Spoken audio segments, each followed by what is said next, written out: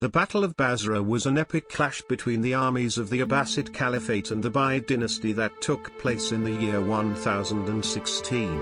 The two sides were locked in a bitter struggle for control of the city of Basra, a key strategic location in the region. The Abbasid forces were led by Caliph al-Qadir, a fierce warrior who had long dreamed of reclaiming Basra for his empire.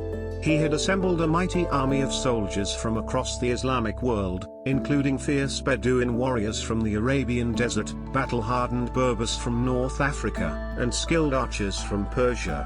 The Ubaid army, meanwhile, was commanded by the formidable warrior Mu'izz al-Dawla, who had a reputation as one of the most cunning and ruthless generals of his time.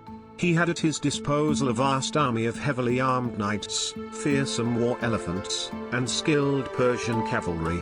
The battle began in the early morning hours, with both sides charging forward at full speed. The Abbasid cavalry thundered across the desert sands, their swords glinting in the bright sunlight, while the Ubaid knights charged forward on their massive war horses, their lances held high.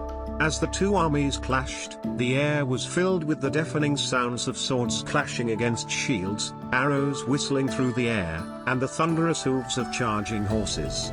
The battle raged on for hours, with neither side gaining a clear advantage. But then, suddenly, a group of Ubaid soldiers on horseback charged straight into the heart of the Abbasid army, their war elephants following close behind.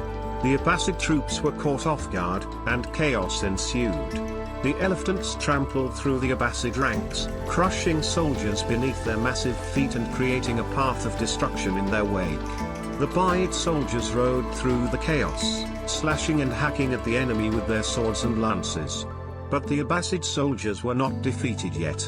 They rallied together and launched a fierce counter-attack, with Caliph al-Qadir himself leading the charge. The two sides clashed once again, with swords and shields shattering and blood flowing freely.